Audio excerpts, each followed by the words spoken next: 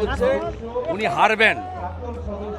হারবেন, 25 মে আমাদের জঙ্গলমহল মেদিনীপুরের 8টা আসন আছে, 8টাতেই মমতা ব্যানার্জি হারবেন, খুব খারাপভাবে হারবেন। তার জন্য পুলিশকে লেলিয়ে দিয়ে এই গুন্ডামি করছে। প্রতিরোধ হবে।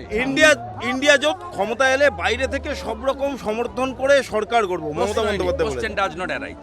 এর উত্তর অধীর চৌধুরী বিমান বস্তি। সন্দেশখালীর মহিলারা, গ্রামবাসীরা বলছেন যে পুলিশ তল্লাশির নামে অত্যাচার করছে, তারা রাত পাহারা দিচ্ছে। প্রতিরোধ হবে। ওখানেও মাতঙ্গিরা জেগে উঠেছে। ধন্যবাদ ভাইপোকে সন্দেশখালীটাকে উস্কে দেওয়ার জন্য। এক সিভিক ভলেন্টিয়ার নাকি তথ্য পাচার করছে গ্রামবাসীদের পুলিশের কাছে, পুলিশকে দেখিয়ে দিচ্ছে। বেশ কিছু সিভিককে এই কাজে, কালকে মমতা ব্যানার্জির সঙ্গে 1300 সিভিক হাঁটবে কাঁথিতে।